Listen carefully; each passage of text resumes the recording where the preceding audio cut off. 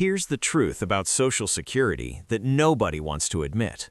60 is the age where the system essentially places a trap in front of you, and the vast majority of Americans step right into it.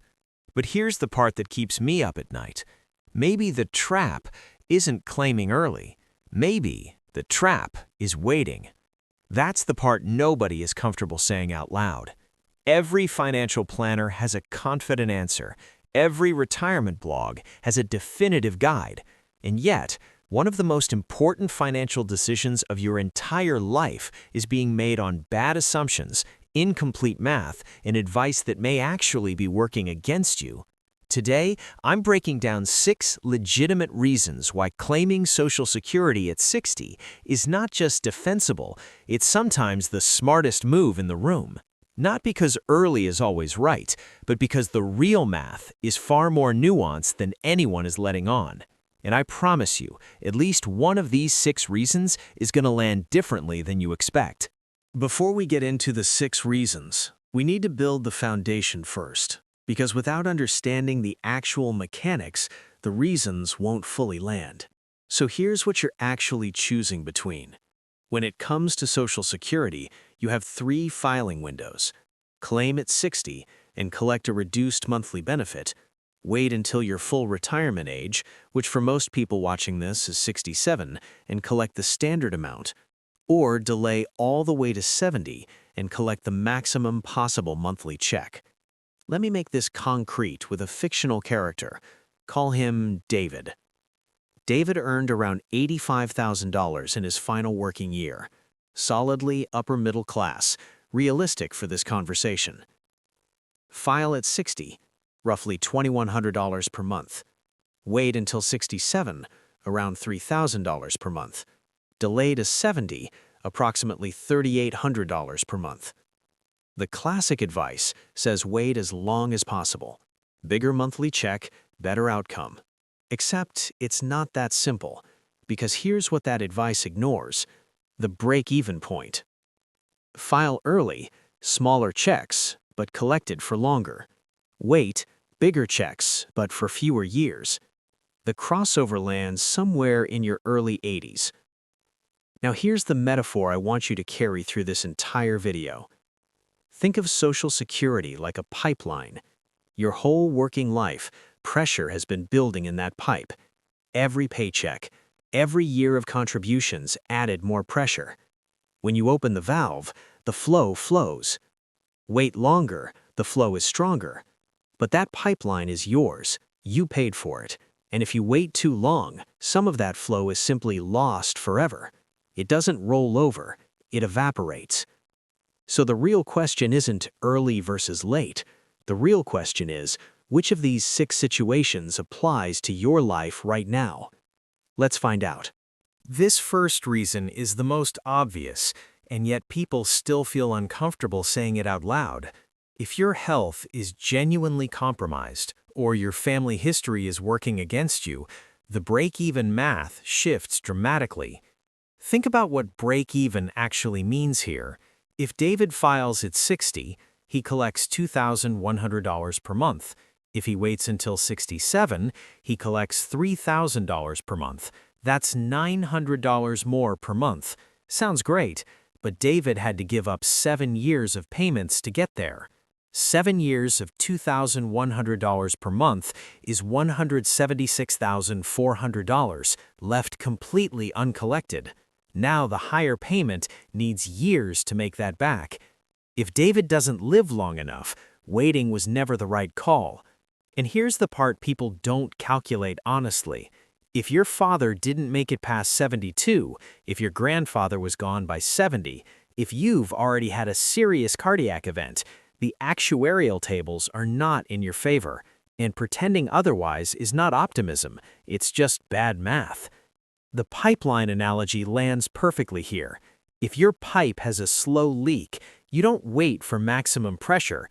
You open the valve now and you collect what's yours while you still can. There's nothing emotional about this reasoning. It's actually the most rational position in the room. You paid into this system for decades, every single paycheck. Filing early when your health warrants it isn't giving up, it's extracting value from a system that was literally designed for exactly this moment. The people who wait despite clear health signals aren't being disciplined, they're leaving their own money on the table for the government to keep. Don't be that person. This one gets dismissed constantly as emotional reasoning. It isn't. It's actually one of the most rational arguments in this entire conversation. Here's what the research on retirement spending actually shows. Retirement doesn't follow a flat spending curve. It follows a predictable arc. High spending in the early active years, moderate spending in the middle, slower years, and very low spending in the final years when health and mobility become the limiting factor. Not money, health and mobility. Think about what that actually means. The dollars you have access to at 61 are fundamentally more valuable than the same dollar amount at 78. Not because of inflation, because of capability. At 61, you can travel. You can be physically present for experiences. You can do the things you actually planned retirement for. At 78, many of those options quietly disappear. Not for everyone, but for most people. I want you to think about someone you know personally who spent decades in discipline mode, saving aggressively, delaying everything, waiting for the right moment. They finally retired with more than enough and then spent the first years of that freedom managing health appointments instead of living. The money was there. The life wasn't. That is not a math problem. That is a timing problem. And filing for Social Security early doesn't solve that problem entirely, but it gives you access to guaranteed income during the exact years you are most capable of enjoying it. Now, some financial planners will call this short-sighted, but those same planners are still collecting their asset management fees while you sit in a waiting room at 76, wondering why you delayed everything. The pipeline has pressure right now. You are physically capable right now. Sometimes the smartest financial move is simply turning on the valve while the water still means something. This one is the most overlooked coordination play in retirement planning, and it costs couples thousands of dollars every single year. Here's how it works. If your spouse has a limited work history or their own Social Security benefit is significantly lower than yours, they may qualify for spousal benefits, up to 50% of your full retirement age benefit. But here's the catch nobody mentions in these conversations. Your spouse cannot access those spousal benefits until you file. Your filing is the key that unlocks their income.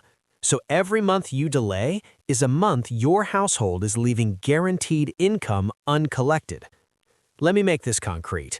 Say your full retirement age benefit is $3,000 per month. Your spouse's spousal benefit could be up to $1,500 per month. That's an additional $18,000 per year sitting completely dormant because you haven't filed yet.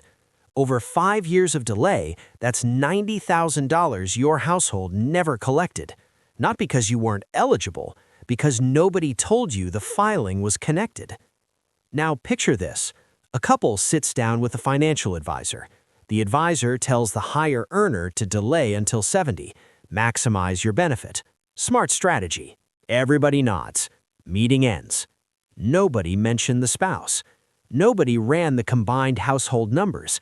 Nobody calculated how much spousal income was being left on the table while the higher earner patiently waited for a bigger check.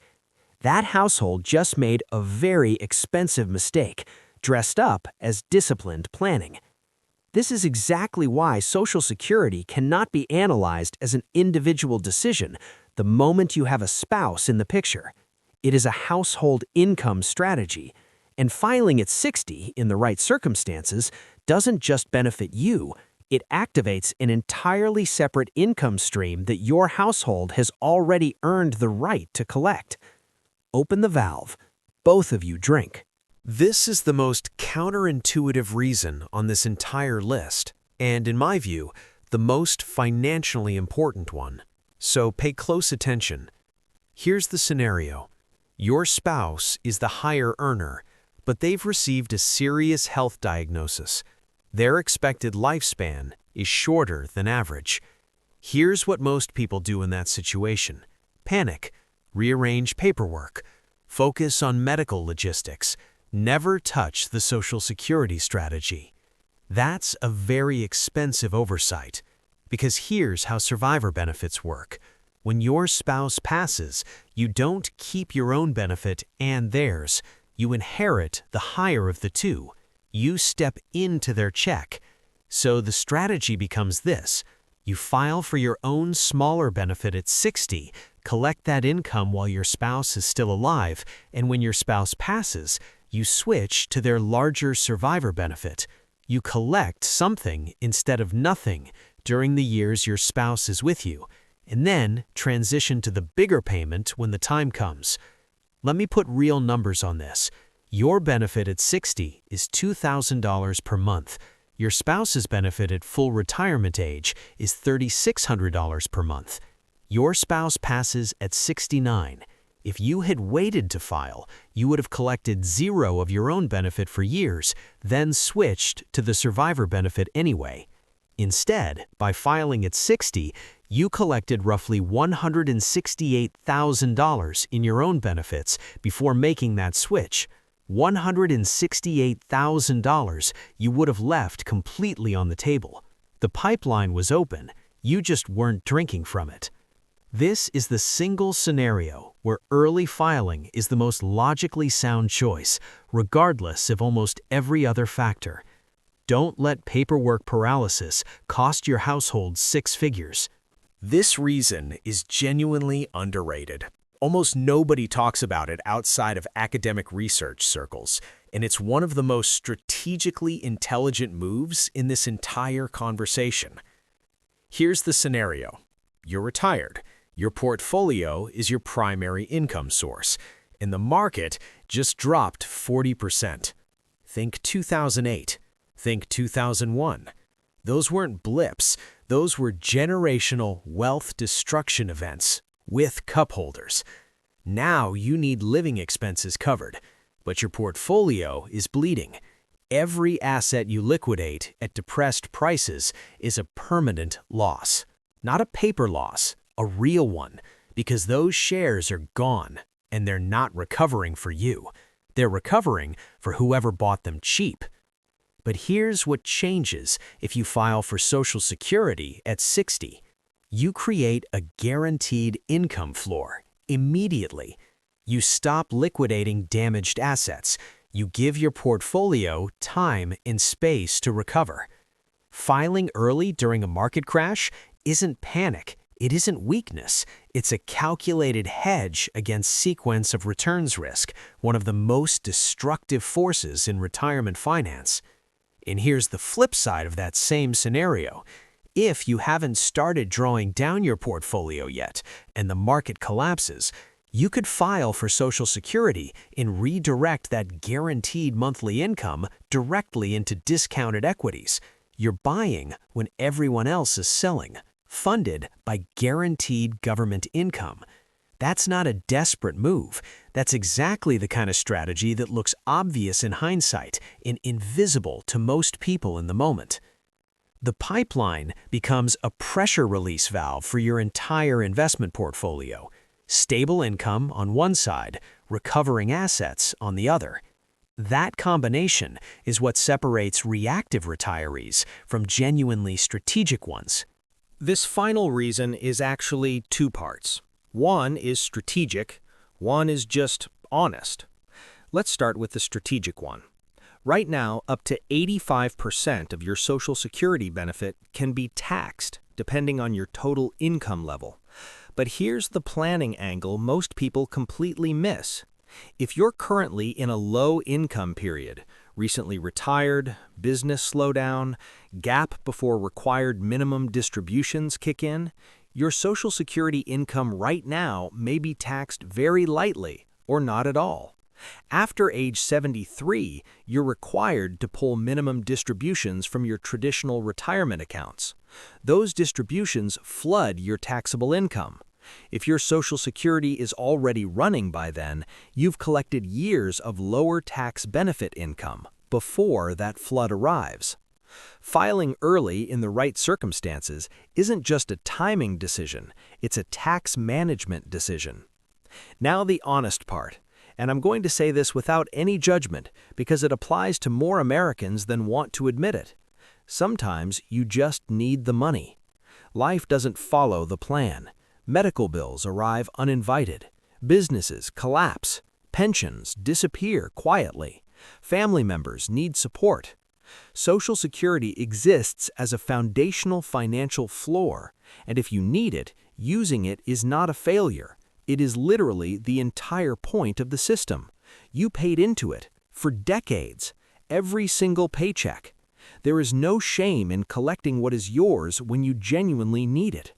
The most sophisticated financial strategy in the world means nothing if you can't cover your basic expenses while executing it. Sometimes opening the valve early is simply the right thing to do. So after all of this, most people still ask the wrong question. Early or late? That's not the question. The question is, which of these 6 situations is your situation? Because this decision isn't generic. It never was. Run your numbers. Factor in your health. Include your spouse. Look at your tax situation. And make a decision based on your actual life, not a template built for someone else. 3 things before you go. Shift your life expectancy assumption by 3 to 6 years and watch how fast the answer flips. Never analyze Social Security without your spouse in the model. And if markets are down or your health changes, revisit the timeline immediately. Now, if this video changed how you think about retirement timing, subscribe. This is exactly what I make here. No hype, no noise. Just the financial clarity that actually matters.